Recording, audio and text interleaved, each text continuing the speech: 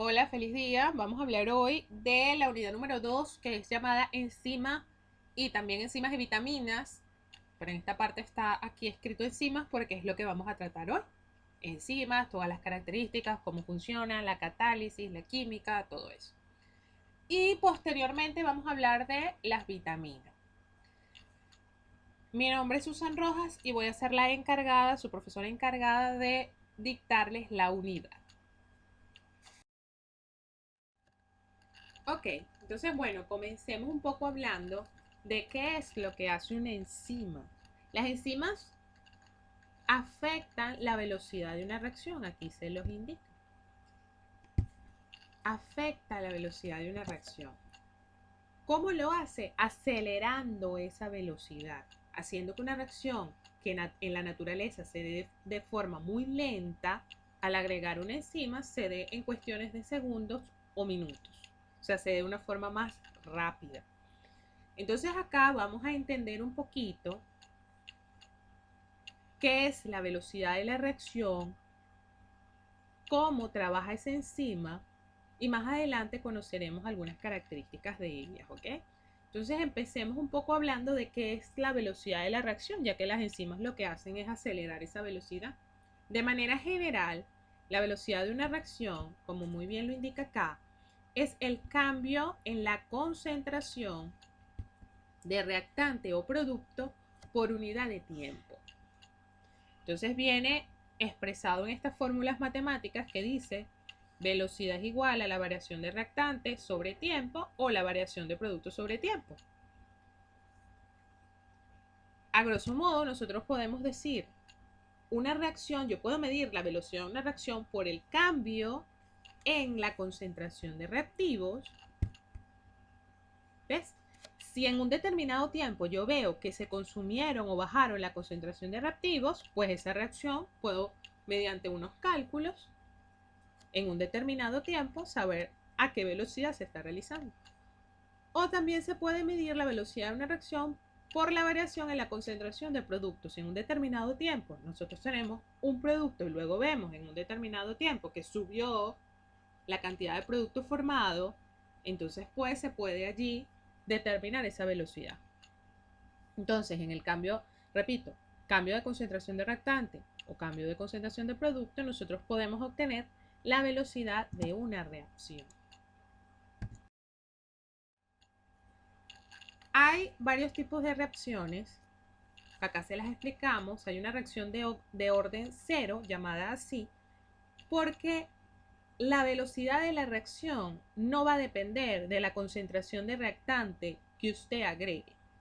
Es decir, usted tiene una reacción y por más que usted le agregue reactante, ya no se va a dar de manera más rápida.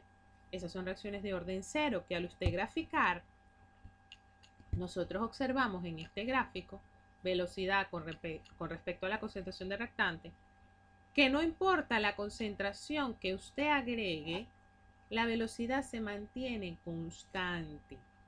Por eso es que le dice que la velocidad es independiente de la concentración del reactante. Fórmulas químicas dice velocidad es igual a K, K es una constante de velocidad. La velocidad entonces es igual a la constante por la concentración de reactante elevado a la cero. Fíjense, por eso se llama reacción de orden cero. Allí la concentración de reactante está elevada a la cero y todo número elevado a la cero es 1. Por lo tanto, la velocidad es igual a la constante de velocidad. ¿Qué quiere decir esto? Que ya la concentración de reactante no aparece porque no está determinando la velocidad de esa reacción. Por eso es que es independiente de la concentración de reactante. ¿Ok? Entonces, esas reacciones simplemente hay constantes específicas para ello porque no importa qué concentración de reactante usted agregue, no se va a afectar la velocidad. No así sucede con las segundas reacciones que les vamos a mencionar, que son las reacciones de primer orden. Aquí la velocidad sí va a depender, de hecho es proporcional a la concentración de reactante.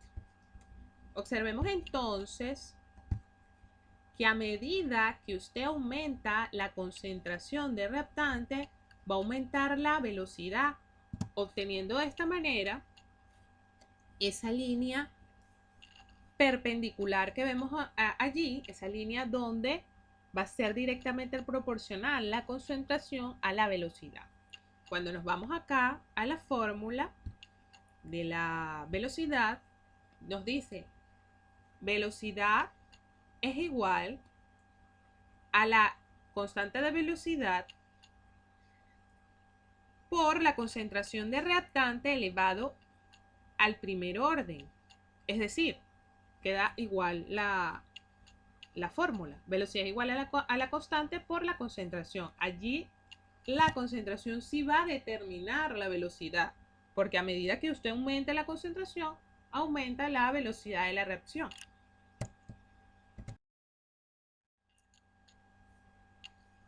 Acá vamos a entender cómo se da o cómo trabaja la enzima para acelerar la velocidad de las reacciones. De manera general, esto que tenemos acá, este gráfico que tenemos acá, es un gráfico de reacción de coordenadas.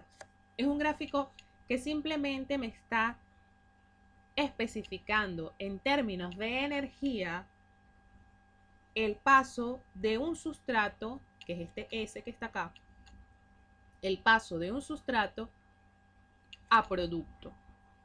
Es decir, yo tengo una reacción donde voy a pasar de sustrato a producto. En términos de energía, esto que está acá, que les estoy señalando, se llama energía libre. La energía libre, eso lo vamos a ver en la unidad número 3, pero acá simplemente necesito que sepan que la energía libre es una energía disponible para realizar una reacción. Todas las reacciones del universo liberan o absorben energía libre o trabajan con energía libre para poderse realizar. Ellas la pueden liberar o la pueden absorber. Eso lo vamos a ver en unidades posteriores. Entonces, este gráfico que ustedes ven acá simplemente es la representación en términos de energía de lo que pasa cuando un sustrato se transforma en producto. Fíjense, tengo un nivel de energía para el sustrato. ¿Qué es lo que observo aquí? Que el sustrato debe elevar su energía, llega a un punto máximo, que es más o menos por aquí, y luego ese sustrato desciende su nivel de energía hasta alcanzar los productos. De hecho, si observo un poco más allá, veo que el sustrato tiene mayor cantidad de energía que lo que puede tener los productos. Bueno, eso es el gráfico de una reacción de coordenadas de lo que ocurre en las reacciones de la naturaleza. ¿Ok? Para tratar de explicar algunos estados que están sucediendo allí. Es importante que ustedes acá conozcan dos términos esenciales. Uno se llama energía de activación. Porque ¿qué es lo que sucede acá o qué observo? Que el sustrato tiene que alcanzar un nivel de energía máximo para él después poder transformarse en productos. Entonces, fíjate lo que dice acá, que la energía de activación, eso se llama energía de activación, la mínima cantidad de energía que tienen que adquirir las moléculas para alcanzar un estado que se llama estado de transición.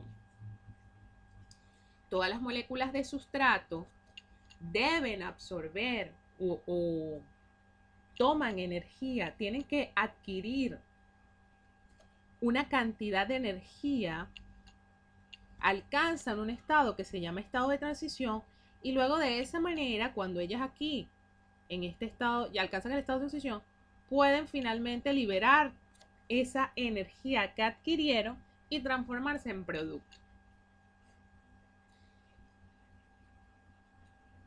Es importante esta parte que dice mínima cantidad de energía. Claro, es lo mínimo que ella debe tomar. Ella pudiera tomar, no sé, no se pudiera decir máxima cantidad de energía porque ella pudiera tomar muchísima más cantidad de energía. Pero lo que ella requiera, que es lo mínimo que ella requiere para alcanzar el estado de transición, esa es la energía de activación. Todas las reacciones tienen una energía de activación. ¿Ok?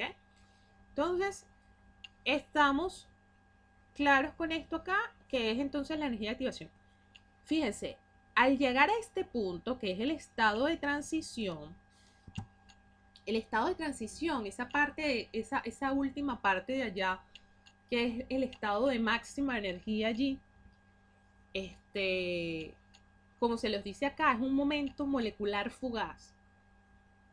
Los sustratos en ese momento, o el sustrato, está rompiendo enlaces, está formando nuevos enlaces, está ordenando sus cargas, está haciendo uniones inestables para luego romperse y formar de un sustrato pueden formarse dos productos. O sea, él ahí está acomodándose para generar finalmente un producto que sería la parte final de ese proceso. Entonces, bueno, teniendo esto claro, nosotros podemos ver gráficamente y entender un poquito cómo trabaja un catalizador o una enzima. Una enzima es un catalizador. O sea, cuando decimos acelera la velocidad de reacción, ¿cómo lo hace? Fíjense en este gráfico nuevamente, que es el gráfico de reacción de coordenadas. Tenemos dos reacciones. La línea azul, como dice acá, es una reacción no catalizada. Y la línea roja es una reacción catalizada a través de una enzima o algún catalizador. Gráficamente observamos que la reacción catalizada o la reacción que utiliza un catalizador se da más rápido porque tiene que alcanzar menos energía para llegar al estado de transición que la reacción no catalizada. Es decir, la enzima o el catalizador lo que hace es disminuir la energía de activación y con esto acelera la velocidad de las reacciones. Evidentemente, si usted tiene una barrera muy alta que la reacción tiene que alcanzar para llegar a un producto y viene la enzima y le dice, mira, ya no tienes que ir tan alto, sino que tienes que brincar de repente un poco más bajito, entonces disminuye esa barrera que tiene que pasar por una barrera más bajita, la reacción se da mucho más rápido. Y es de esta manera como los catalizadores, y en este caso nos compete las enzimas, aceleran la velocidad de las reacciones. Los catalizadores en este sentido entonces son compuestos químicos que reducen la energía de activación acelerando la velocidad de todas las reacciones. No tienen efecto alguno sobre la constante de equilibrio, eso quiere decir que no se forma más producto o se consume más reactante porque usted esté agregando un catalizador o esté utilizando una enzima, no. La constante de equilibrio permanece igual.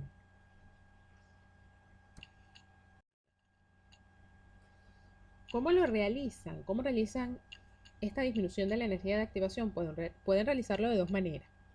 Uno, reducen la energía forzando a las moléculas de reactivo a llegar a un estado intermedio que se parezca al estado de transición pero de menor energía. O también pueden unir moléculas de reactantes en una orientación adecuada aumentando su reactividad. Vamos a ver estos dibujitos. En la naturaleza puede existir esta reacción. Una barra metálica, que es un material bien fuerte, supongamos que es nuestro sustrato, debe en la naturaleza alcanzar este estado de transición, es decir, debe doblarse en la mitad en un sitio específico y luego en ese sitio específico romperse para formar dos productos. Eso en la naturaleza, que ocurre de manera espontánea, tardaría millones de años. De repente no ocurre que, que se doble de esta manera específica y pueda romperse. Pero tardaría millones, siglos, tardaría muchísimo tiempo. ¿Qué hacen las enzimas? Las enzimas, en este caso, toman ese sustrato, lo toman, le facilitan llegar al estado de transición que él tiene que llegar por sí solo, pero le facilitan ese reordenamiento molecular para que llegue a este estado de transición de menor energía, de activación, y luego posteriormente formar los productos. Es el concepto que acabamos de ver. Las enzimas facilitan que el sustrato llegue a un estado de transición similar al que tiene que llegar por sí solo, pero que es de menor energía de activación y por ello acelera la velocidad de la reacción. Lo otro que les decía también, como ellos lo realizan, es que la enzima aumenta o une los sustratos de manera adecuada, en una orientación adecuada, con una proximidad adecuada para que se puedan unir. Por ejemplo, si esto fuera al revés, estos fueran nuestros sustratos para formar este producto, supongamos.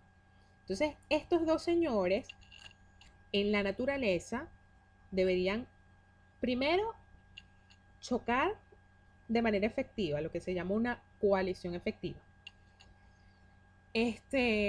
Luego de eso, tener choques efectivos, también deberían tener la orientación adecuada y la proximidad adecuada. Eso debe ocurrir para que puedan ellos reaccionar. En la naturaleza eso tardaría millones de años.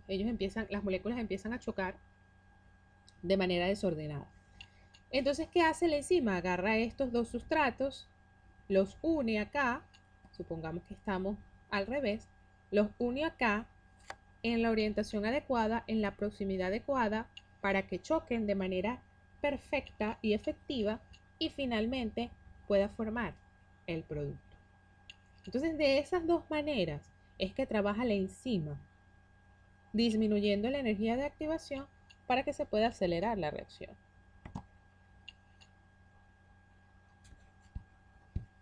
Nuestro organismo. Hay dos tipos de catalizadores. Los catalizadores de tipo orgánicos, como las enzimas, y los catalizadores de tipo inorgánico, como por ejemplo los metales u otro tipo de catalizadores. Fíjense las características entre los dos o las diferencias. Hay características de los dos y las diferencias entre ambos, ¿ok? Los catalizadores de tipo orgánico son proteínas globulares. Entonces, como son proteínas, tienen todas las características que ustedes aprendieron en la unidad de proteínas o aminoácidos. A pH extremos, temperaturas extremas, ellas se pueden, estas moléculas se pueden desnaturalizar. En cambio, una característica importante de los inorgánicos es que no se desnaturalizan porque son ácidos, bases o metales estables, ¿ok? Los orgánicos, como las enzimas, tienen alta especificidad con el sustrato y con la reacción. El inorgánico tiene baja especificidad, es decir, un metal puede ser utilizado para múltiples reacciones. El orgánico tiene alta velocidad de catálisis y el inorgánico en su velocidad de catálisis es un poco más bajo. El orgánico está sujeto a inhibición, los inorgánicos no se inhiben, y los orgánicos se pueden regular y estos señores que son los inorgánicos no son regulables. Ok, entonces las enzimas son proteínas que aceleran la velocidad de las reacciones, ya vimos cómo lo hacen. Son catalizadores de tipo orgánico, ya conocimos entonces las características principales de este tipo de catalizadores. En general, ¿cuáles son las principales características de las enzimas? Mantiene su configuración en la primera una vez realizada la reacción. Eso quiere decir que ella va a estar cambiando su conformación, su nivel conformacional, ella va a estar cambiando su forma. Acabamos de ver que la enzima puede proporcionarle al sustrato una forma similar al estado de transición que él tiene que alcanzar sin estar catalizado. Es decir, ella tiene que sufrir un cambio de forma, un cambio conformacional. Pero una vez que él hace esa reacción o que esa enzima hace esa reacción, ella vuelve a la configuración inicial para catalizar un nuevo sustrato. ¿Okay? Pueden ser regulables, de hecho la mayoría de las enzimas son regulables, actúan en secuencias organizadas, lo que también llamamos sistemas multienzimáticos. El organismo está copado. El organismo de nosotros tiene un sinfín de sistemas multienzimáticos trabajando para poder mantener todo el metabolismo, ¿ok? Y eso lo vamos a ver en bioquímica de manera bastante detallada en las próximas unidades.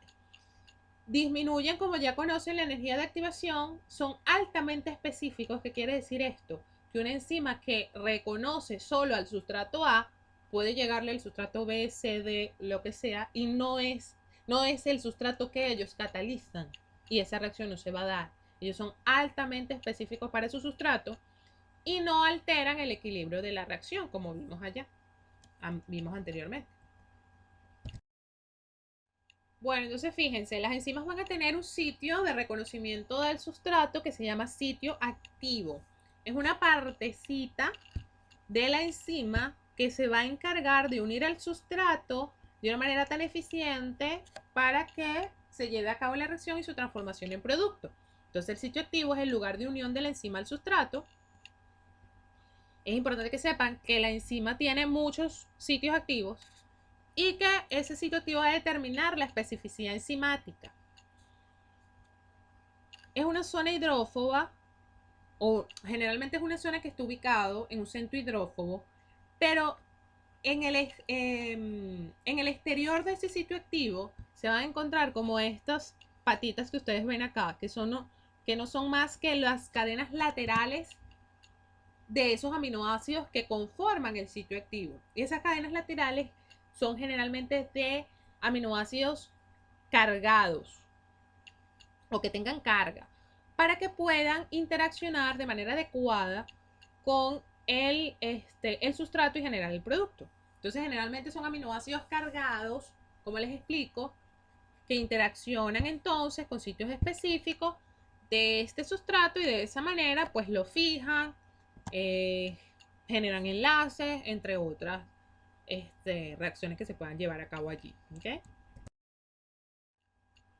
Ok, aquí vamos a explicar dos modelos que nos intentan describir la interacción de la enzima con el sustrato. El primero es el modelo de cerradura propuesto por Fischer, el cual dice que la enzima es completamente reconoce de manera específica un sustrato y se amoldan tal cual una llave con una cerradura.